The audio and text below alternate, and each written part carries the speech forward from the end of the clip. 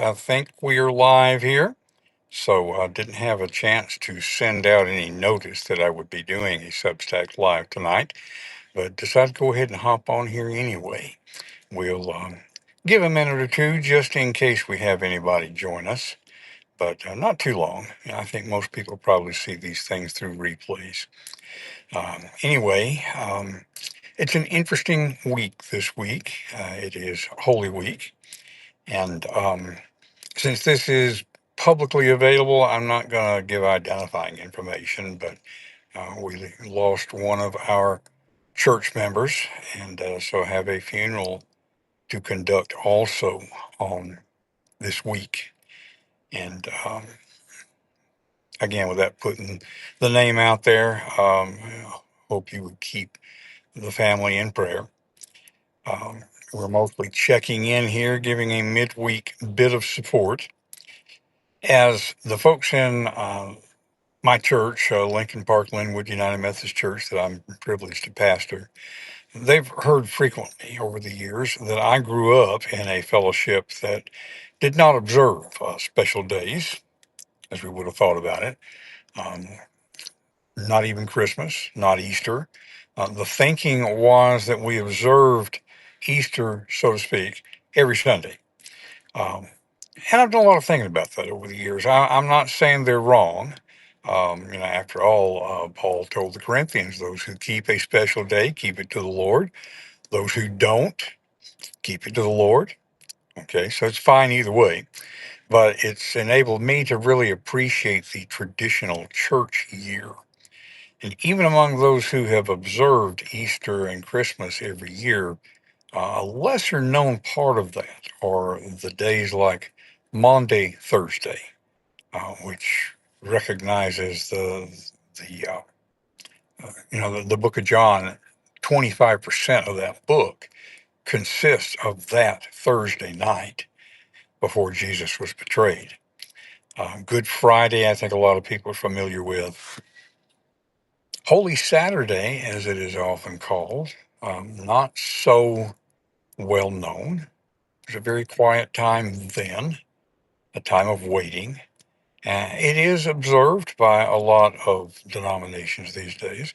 We're not having a service on Holy Saturday, but I am going to try to go on Substack Live and around 2 p.m. or so, and just maintain a space of silence. So we'll see how that goes. Easter, of course, is on Sunday, but been doing a lot of thinking about what these days mean, especially in light of our current situation in our country and our lives. There is probably, almost certainly, some religious organization that celebrates other days this week. I was reading just yesterday about a traditional celebration that happens on Wednesdays. I don't even remember what it's called. But somebody posted earlier this week, and I saw it and thought about it, about how Palm Sunday, of course, was just this last Sunday. And sometimes it is celebrated as the triumphal entry. And we know that the folks that were greeting Jesus expected him as the Messiah. They were calling him Son of God. But they had a predetermined idea about what they thought Messiah was. And so they were really expecting that he would overturn the Romans. And then Monday came, and a lot of folks miss the fact that Monday, if we read the timeline right in Scripture, Monday was the day he went into the temple and overturned the tables of the money changers, the people who were taking advantage of poor people. And I think that was probably the beginning of people going, wait a minute, this is not what we thought Messiah meant. And a little bit of confusion there, because instead of overturning the Romans, he's overturning Jewish people and calling them to task. You can see how that would cause a little bit of confusion. And then there were the other things of that week. And As I'm recording this, if you can't tell for sure, of course it's live right now, but if you can't tell, it is Wednesday. We have planned a Monday, Thursday service for our cooperative parish. We're bringing together Lincoln Park Linwood United Methodist Church, Washington Pike United Methodist Church, and Emerald Avenue United Methodist Church in Knoxville, Tennessee. And had Ash Wednesday 6 weeks ago at Emerald. And we will be at Lincoln Park Linwood Thursday night. Anybody that comes across this, you would be welcome to join us. Don't have to be a member of any of those churches. We're a welcoming community. Good Friday, we will be at Washington Pike. And I expect it to be a special and solemn time.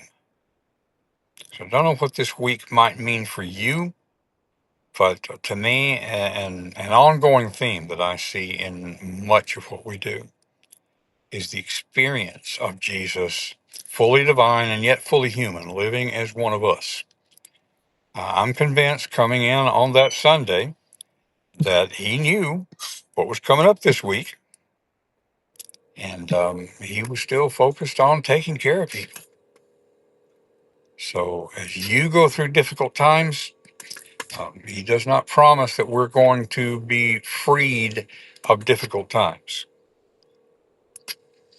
but he does indicate that we don't have to face them alone. So I hope that this is a week that you will find supportive, and hope you can join us one way or another. So I'll go ahead and wrap things up today, but we'll look forward to talking with you again here on Coffee with Donn. Thank you.